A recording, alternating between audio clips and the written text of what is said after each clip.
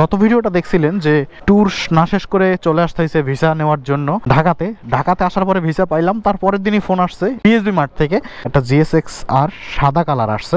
আগেই বলে রাখছিলাম বিএসবি কে সাদা কালারের জিএসএক্স আর পাওয়া যায় অবশ্যই যেন আমাকে ফোন দেওয়া হয়। আর এই হচ্ছে সেই সাদা কালারের জিএসএক্স আর, এটা একটু টেস্ট রাইড দিব। তার আগে বলি সাদা কালারে কেন এতটা পাগল, কারণ ব্ল্যাক আমার ভালো লাগে না, আর একটা যে আছে হচ্ছে জিক্সারের কালার, ওটাও ভালো লাগে না।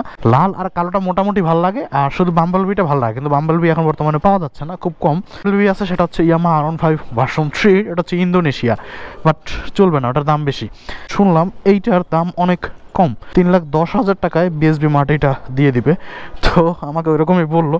এখন আরিফ বেড়ে পাইলাম না, আমি জাস্ট একটু টেস্ট রাইড দিব। এটা চলছে মনে হয়, দেখি 10,000 কিলোমিটারের মতো বলছিল ফোনে, প্র্যাকটিক্যালে হ্যাঁ 10,000 কিলোমিটার, 10,829 কিলোমিটার। এখন জিএসএক্স আর নেওয়ার ইচ্ছা পোষণ করছে দেখি আপনারা আবার বললেন না। ওই দিন আগে একটা ভিডিও বানাইলাম, যে ভিডিওটা 1 মিলিয়নের মতো ভিউ হয়েছে, মানে ভাইরাল হয়ে গেছে আর কি, যে আমি কেন জিএসএক্স আর পছন্দ করি না। জিএসএক্স আর পছন্দ না করার পিছনে কতগুলো কারণ আপনাদেরকে দেখাইছিলাম, সমস্যা, ব্যাটারি সমস্যা, অমুক তমুক, হ্যাঁ, যার কারণে আমি জিএসএক্স এর বাজার থাকা সত্ত্বেও জিএসএক্স আর না নিয়ে আমি এমটি নিয়েছিলাম। আপনারা বলতে পারেন যে কি ব্যাপার, এত তো জিএসএক্স এর বিরুদ্ধে বললাম, এখন আবার জিএসএক্স আর নিতে কেন যাচ্ছি। আমার কিন্তু ক্লিয়ার আপনারা যে আমার কিন্তু এটা কিন্তু মেইন বাইক না, আমার কিন্তু বাইক এখন অলরেডি আছে, সেটা হচ্ছে সিবিএক্স। আমার কাছে এখন one of the most important part of my life, জীবনের একটা অংশ হয়ে গেছে এখন সিবিএক্স, তো আমি ছাড়তেছি না। আর আমি আগেও বলছি যে আমি স্পোর্টস বাইক নিলে কিন্তু পার্মানেন্টলি নিতেছি না, জাস্ট চালাবো, আপনাদের মাঝে একটু টেকনিক্যাল ব্যাপারগুলো শেয়ার করবো, কয়েক মাস চালিয়ে একটা এক্সপিরিয়েন্স নিয়ে বিক্রি করে দিব, নেওয়াই যায়, সেটা যে বাইকই হোক না কেন, পছন্দ করি আর না করি। যেহেতু আপনাদের মাঝে এক্সপিরিয়েন্স শেয়ার করার জন্য বাইক নিচ্ছি, সেহেতু দেখা যেতেই পারে। এই হচ্ছে ঘটনা। গতি আর গতি, থ্রোটল ধরলে মনে হয় আরও প্রচুর নিবে, গিয়ার রেশিওগুলো শেষই হইতে চায় না। যদিও জিএসএক্স আর পার্সোনালি আমার কখনো ব্যবহার করা হয় না, সবই হচ্ছে মানুষের কাছ থেকে নিয়ে যত টেস্ট রাইডগুলো দিছি সেইগুলাই, এছাড়া আলাদা কোনো এক্সপিরিয়েন্স জিএসএক্স এর নিয়ে আমার নাই। ওরকম গভীর কিছু আমি বলতে পারবো না, বাট চালাইয়া যেটা বুঝতে পারবো যে গাড়ির সাসপেনশন, গাড়ির ব্রেক, গাড়ির কন্ট্রোলিং এগুলো ঠিক আছে কিনা, ব্যালেন্স ঠিক আছে কিনা, গাড়ি বড় কোনো মাইক খাইছে কিনা, এগুলো বোঝার মতো একটা এক্সপিরিয়েন্স আছে। এছাড়া তেমন নতুন কিছুই নাই আমার ভিতরে যে জিএসএক্স আর চালাই আমি এটা বলে ফেলবো। আর ম্যাক্সিমাম মানুষজনই তো জিএসএক্স নিয়ে সবার আগে টপ চেক করে, বাট আমার টপ চেক করার কোনো চিন্তা ভাবনা নাই। আমার গাড়ির সব মেজারমেন্ট থেকে শুরু করে সব কিছু ঠিকঠাক থাকলেই হইলো, আর কিছুর দরকার নাই। আর সাদা কালারটা আমার খুব পছন্দ, আর সেটা যদি হয় বাইক তাহলে তো কথাই নাই। বাহ বাহ,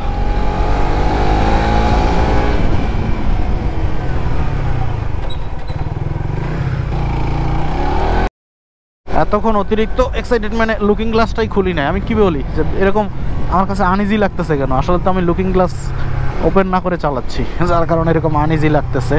জিএসএক্স আর এই জিনিসটা আমার ভালো লাগে না, লুকিং গ্লাস দুইটা কেমন যেন খাপছাড়া লাগে, ভিতরের সাথে কেমন মানায়, অন্য নেসার বাইকগুলোর সাথে কেমন একটা ব্যাপার আছে, কিন্তু এটা এইভাবে লম্বা হয়ে মানে একটা মুরগির চিকন ঠ্যাং থাকে না যেরকম, ওরকম লাগে, মানাইতেছেন। এটা যদি একটু ইয়া হয়ে একদম এটার সাথে মানে মিলে যাইতো তাহলে একটা ব্যাপার ছিল, তো সেই জিনিসটা এটা নাই। যদিও এটা মড করে নেওয়া যায়, ওটা কোনো ব্যাপার না, বাট এটা ভালো লাগে না। 10,000 কিলোমিটার চলছে, বাট মোটামুটি মেনটেনেন্স করা বোঝা যাচ্ছে আর কি, চালিয়ে যতটুকু। ওরে বাবা, এ তো গিয়ার 2 নাম্বার গিয়ারে যে স্পিড, সেই গিয়ার রেসেই তো শেষ হয় না। কিরে চালাবি নাকি জিএসএক্স আর? লাগতেছে, কিন্তু এইটা নিলে স্পিডের নেশা বেড়ে যাবে। এইবার বুঝি যে জিএসএক্স আর নিয়ে কেন মানুষ এত বেশি রেস করতে চায়, এত বেশি টানাটানি করে, কারণ আপনাকে টানতে না চাইলেও আপনাকে চালাইতে সে বাধ্য করবে, এটাই হচ্ছে এই বাইকের সমস্যা। এইটুতেই হাত ব্যথা হয়ে গেছে, অভ্যাস নাই, যে অভ্যাস না থাকলে যা হয় আর কি।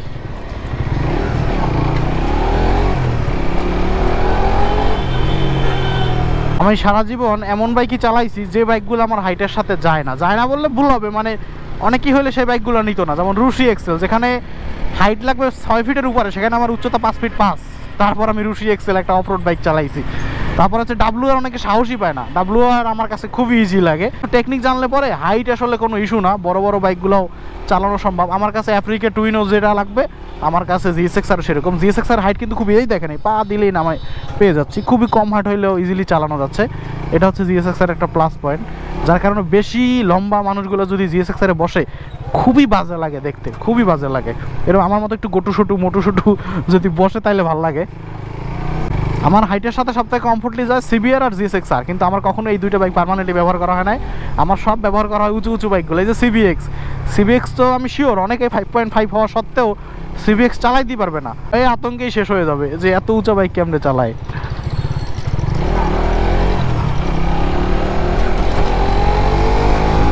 এখন কি বলেন আপনারা, 3,10,000 টাকা এটা কি গুড ডিল? মানে 10,000 কিলোমিটার চলছে গাড়িটা, একটু ওল্ড মডেল, যার কারণে দামটা একটু কম আছে। আমি সেম মডেলের ব্ল্যাক এবং রেডটা যেটা দেখলাম ওইটা মিনিমাম মনে হয় 3,60,000 টাকা দাম পড়বে। তো এটার থেকে 50,000 টাকা বেশি পড়বে, যদিও এটা একটু কম কিলো চলছে, 3 না 4,000 কিলোমিটার না 6,000 মনে হয়। যাই হোক, আর এটা 10, প্রচণ্ড হাত ব্যথা করতেছে এটুতেই। স্পোর্টস বাইকে একদমই যেহেতু অভ্যস্ত না, তো যার কারণে সমস্যা।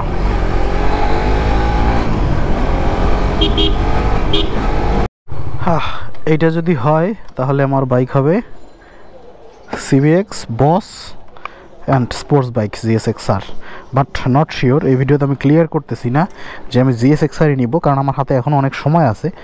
আর আমি রিসেন্টলি ইন্ডিয়া ঢুকতে পারি সুপার বাইকের রিভিউ করার জন্য, ট্রাভেলিং করার জন্য না। তো সেক্ষেত্রে এখন নিয়ে দুইটা বাইক বসাই রাখার কোনো মানে হয় না, নিলে ইন্ডিয়া থেকে আসার পর। বাট দেখে রাখতেছি, ধরতেছি, ভালো লাগতেছে, বাট এখনও সিদ্ধান্ত ফাইনাল না। যদি সিদ্ধান্ত ফাইনাল হয় তখন জানাবো যে হ্যাঁ ভাই জিএসএক্সআরই নিছি, কিন্তু এখনও কিন্তু সিদ্ধান্ত ফাইনাল না। জাস্ট সাদাটা ভালো লাগছিল, চালাইতে আসলাম, ফিডব্যাক ভালো, এখন পর্যন্ত সব কিছু পজিটিভ আছে। বাট আরও অনেক কিছু চিন্তা করার আছে, সেগুলো এখন আপনাদের মাঝে শেয়ার করতে চাচ্ছি না। ব্যাক করতেছি বাসার দিকে, আর গুছগাছ করতে হবে সব কিছু। খুব শীঘ্রই ইন্ডিয়া ঢুকতেছি। আর তখন যে কথাটা বলতেছিলাম এটা একটু স্পষ্ট করে দিই, আমি আবারও বলতেছি, আমি কিন্তু ইন্ডিয়া ট্যুরে যাচ্ছি না। ইন্ডিয়া কিন্তু আমি ট্যুরে যাচ্ছি না, আমি যাচ্ছি কাজে। আর তার পাশাপাশি আপনারা যেটা পাবেন সেটা হচ্ছে বেশ কিছু সুপার বাইকের টেকনিক্যাল কিছু ইনফরমেশন পাবেন আমার ভিডিওগুলোতে। এর জন্য মোটরসাইকেল মেকানিক ওয়ার্ল্ড চ্যানেলটা যারা ফলো করেন না, ফলো করে রাখতে পারেন। অনেক টেকনিক্যাল ইনফরমেশন এবার ওই চ্যানেলটাতে দিব। ইন্ডিয়াতে চেষ্টা করব আর কি, যেহেতু কলকাতাতে যাচ্ছি, কলকাতা থেকে অনেক সুপার বাইকের শোরুমে গিয়ে তাদের কাছ থেকে অনেক ইনফরমেশন আমিও জানবো, আপনাদেরকেও জানাবো। কারণ সুপার বাইক আমরা সবসময় অনলাইনে দূর থেকেই দেখেছি, কিন্তু সামনাসামনি আমি কখনো দেখি নাই। এর জন্য আমি যাচ্ছি সামনাসামনি দেখে ওইভাবে টেকনিক্যাল কিছু ইনফরমেশন কালেক্ট করে সেটা আবার আপনাদের মাঝে শেয়ার করা। আশা করি আপনাদেরও ভালো লাগবে। অনেক নতুন প্রযুক্তি সম্পর্কে আপনারাও জানতে পারবেন, আমিও জানতে পারবো। এবং ভবিষ্যতে যদি সুপার বাইক আসে বাংলাদেশে, সেক্ষেত্রে আরও সহজ হবে আমাদের কাছে ব্যাপারটা বুঝতে।